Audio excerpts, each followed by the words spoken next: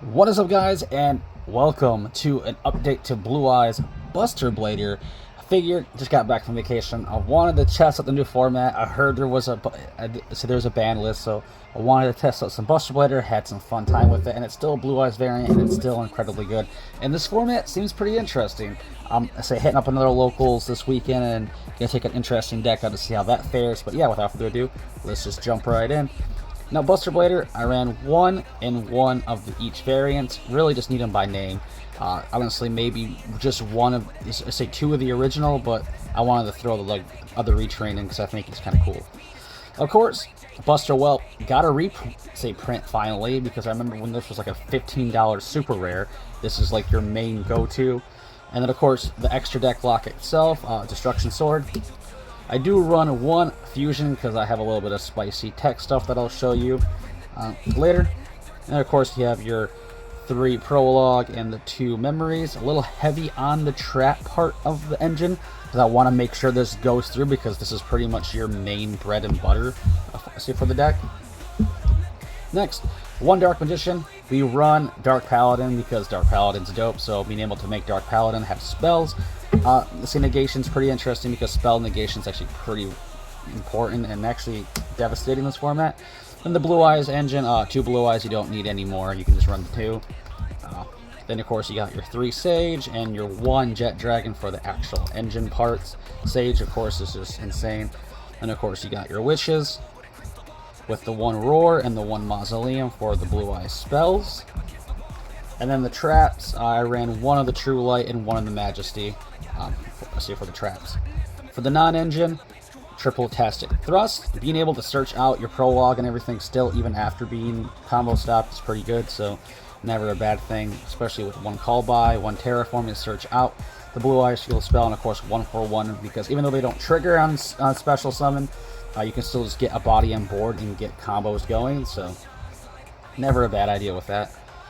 Non-engine, this could be anything, but this is what I ran for the format because I'm still just getting back into Yu-Gi-Oh! After being gone for almost an entire month, so a lot of things have changed. 3 Ash, 3 Droll. Droll, I think, is still pretty good this format. And of course, I was testing out Nib and of course Effect Veiler, because a Veiler is searchable. Nib's actually pretty interesting in this format too, because it hits a couple interesting decks. So, but yeah, but these are pretty much anything you want them to be. But those are just the hand traps that I ran. Extra deck, Blue Eye stuff, Spirit into Ultimate Spirit, standard stuff, nothing too crazy with that. And of course, you do have the fusion plays. Twin Burst came up a lot, being able to just OTK out of nowhere is just always impressive.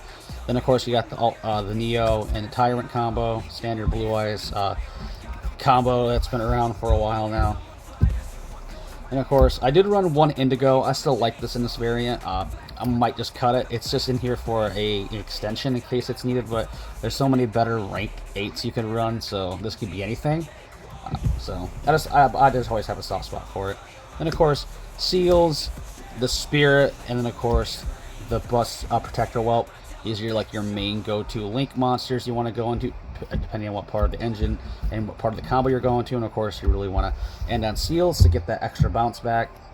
And of course, 1 hot red Dragon Archfiend to synchro into off one of your Buster Dragons. So before this pops, you go into Abyss, just get an extra negate. And Abyss is just annoying to deal with in general. And of course, the 1 Dark Paladin, like I mentioned, he's just cool. Plus, he gets pretty big, and he's a negate technically on top of that, so never a bad thing. And of course, you do have the big Buster Blader fusion as well to round out, because you need this card for the deck.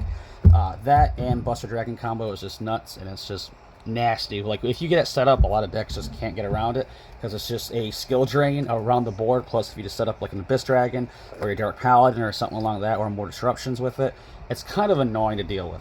But yeah, that's it for Buster Blader. Wanted to jump into something that I was fairly familiar with this format. Gonna pay attention and get back into Yu-Gi-Oh! Morally, because I'm still shaking up those vacation drowsies, basically trying to get back in the swing of things. But yeah, that's it for the deck profile. Hope you guys enjoyed the video. If you guys did, leave a like, comment, and subscribe. And I'll see you guys in the next one. Peace.